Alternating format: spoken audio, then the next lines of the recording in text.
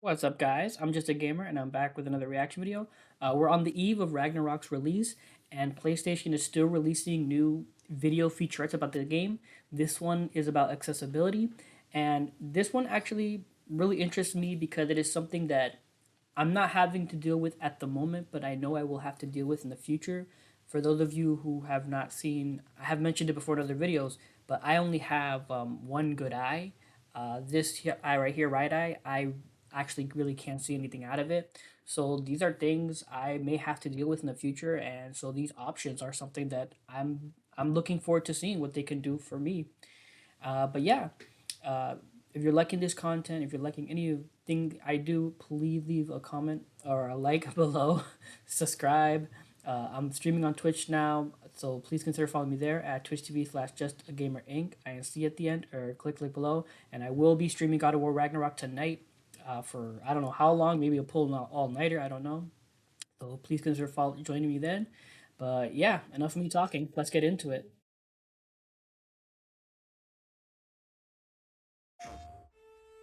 My favorite part of user experience design is when we get to have a player sit down and play the game and experience it regardless of the barriers they might face.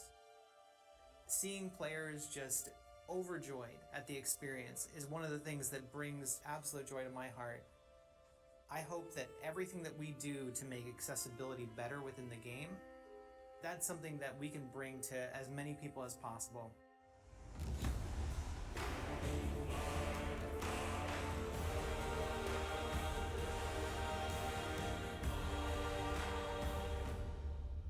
I'm Milan Pavlin, and I'm the lead UX designer on God of War Ragnarok. My name is Sam Chaffella. I'm the Associate UX Accessibility Designer. My name is Zhou Xianyi. I'm a rendering programmer. Hi, I'm Kate Marlin, Senior Producer of the gameplay team. My primary job is to make sure that as I'm looking across the game, as features are developed, that designers and programmers and artists up front are asking themselves, am I taking accessibility features into account while I'm designing this? Is there something I can add systemically that will help integrate this feature across the board? My job is to hook up everything and implement the accessibility features on the rendering side so that the designers are able to implement the features into the game. Great! I'll head across for a better look.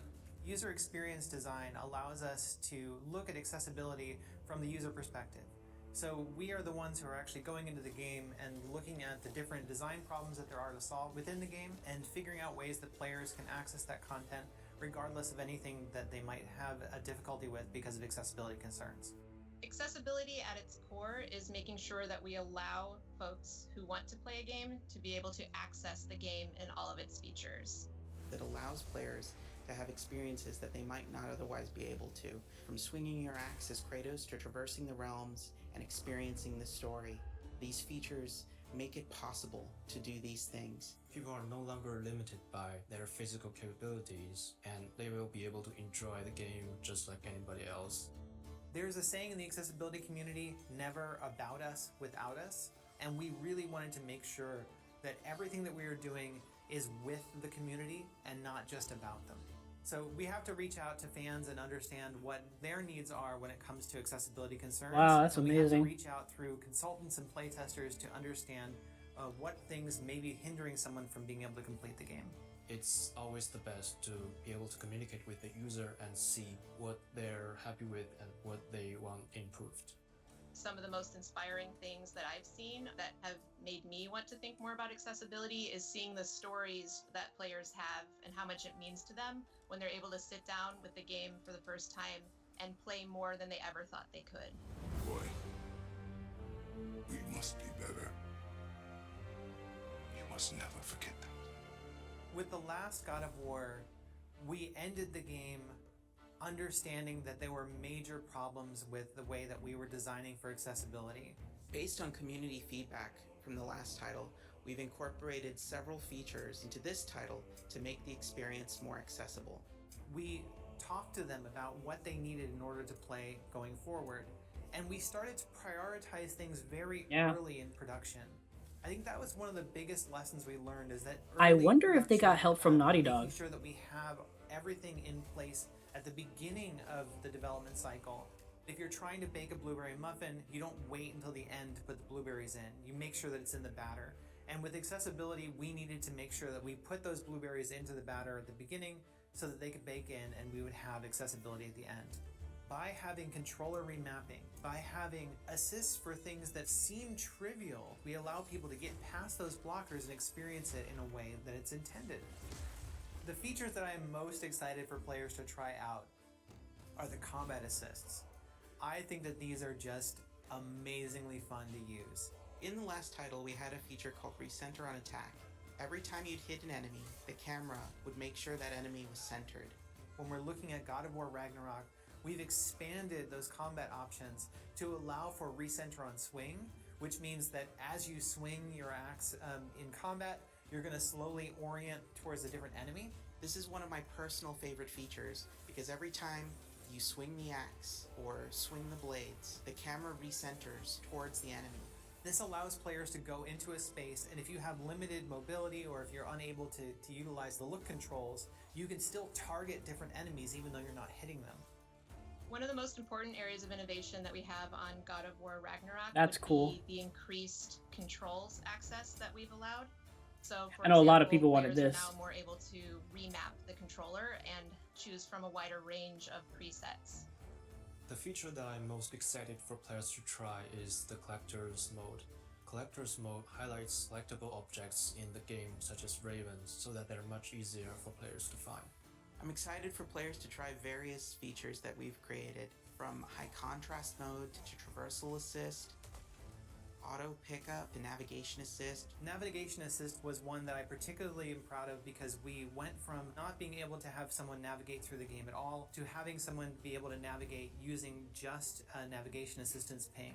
So we looked at games like The Last of Us Part 2 and how they were navigating players through their world with low vision play. And we took our own internal compass system and were able to actually allow players to rotate their camera towards the compass and navigate to their next objective. Other features to look out for would be I subtitle thought as much, yeah. customization. So, for example, you can color the subtitle differently from the speaker, and you can even have the speaker name show up or turn that off. Because yeah, that's one thing. Last of Us, they won for the Game Awards with the accessibility, and because they have Last of Us 2 had great accessibility, some of which I see like similar here. And so that's why I asked. I was like, I wonder if they got help from Naughty Dog, but it looks like they just took example from them. And that is one of the awards that Naughty Dog I thought deserved full blown. And yeah, this is really, really good. If you don't like to see that speaker name in front of there, you can set a background for the captions. So when you're seeing the text, if you need more contrast behind the text, that's an option that's added in there. Another cool, exciting feature that we added was directional indicators to our captions and subtitles. So wherever a noise caption is coming from, the arrow will be pointing to it. So if there's a character speaking and you see the subtitles on the screen, there will be an arrow pointing out also where that character is relative to the player's camera. All these That's features cool. will enable players to experience the game in different ways and adjust the challenge to their needs. Some of the things that I found useful are just settings around kind of reducing the amount of inputs I have to do when I don't feel like it's super necessary for me to control that aspect of the game. This one has helped me by having options like traversal assist, which just kind of makes the character vault over things and climb up things automatically, which reduces the strain on my body so I can just get ready to fight rather than just be spending time like traveling over things. I think a big misconception people have about accessibility features is that they're only applied to certain people. It's not about making a game easy. It's not about adding cheats. Accessibility controls are beneficial for everyone. It's beneficial for people with disabilities to be able to better engage with the game, but also open up those menus and see what they can do for you. People think accessibility means easy mode, and it is absolutely not about easy mode. If someone is unable to use their hand, for example, it doesn't mean that they want a lower difficulty. They just need to be able to set the controls in a way that allows them to use the controls differently. I'm partially deaf, so I can only hear out my right side. The fact that they had audio panning made me really happy, because I still can feel vibrations from my left, so I just channeled more of the audio through to my right side, which enabled me to hear everything just kind of better. Growing up playing games one-handed was very challenging. Early games didn't have all the accessibility features that games like God of War Ragnarok and The Last of Us Part 2 have. There's a stronger motivation there to be a better developer and a better designer when you know that you are making people's lives better by allowing them to play. The future of accessibility in video games is very exciting. As we continue to innovate and the conversation grows, the experience just gets better for everyone. My hope is that it will expand beyond our current audience to include everyone. The more every studio takes in information about what can make accessibility better, the more we can inspire each other and the better we can make all of our games more accessible. I really have a high vision of making games that are not just accessible in the way that you can just get through them, but that they're accessible in a way that they are enjoyable and create more choice for players. When we look at the way that the industry is turning, we're moving away from this idea of let's just get the player through the game and more into how can we make an accessible game the most enjoyable experience, and how can we integrate these things into our games at a core level so that every player has access to those things. And as we expand that, I think that we're going to see an industry that is not only more accessible but is more enjoyable overall.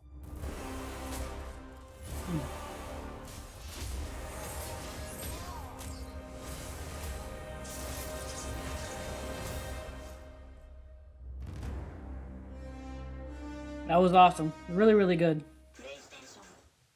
Alright guys, that was the accessibility options featurette for God of War Ragnarok. And again, yeah, it looked amazing, every option they do.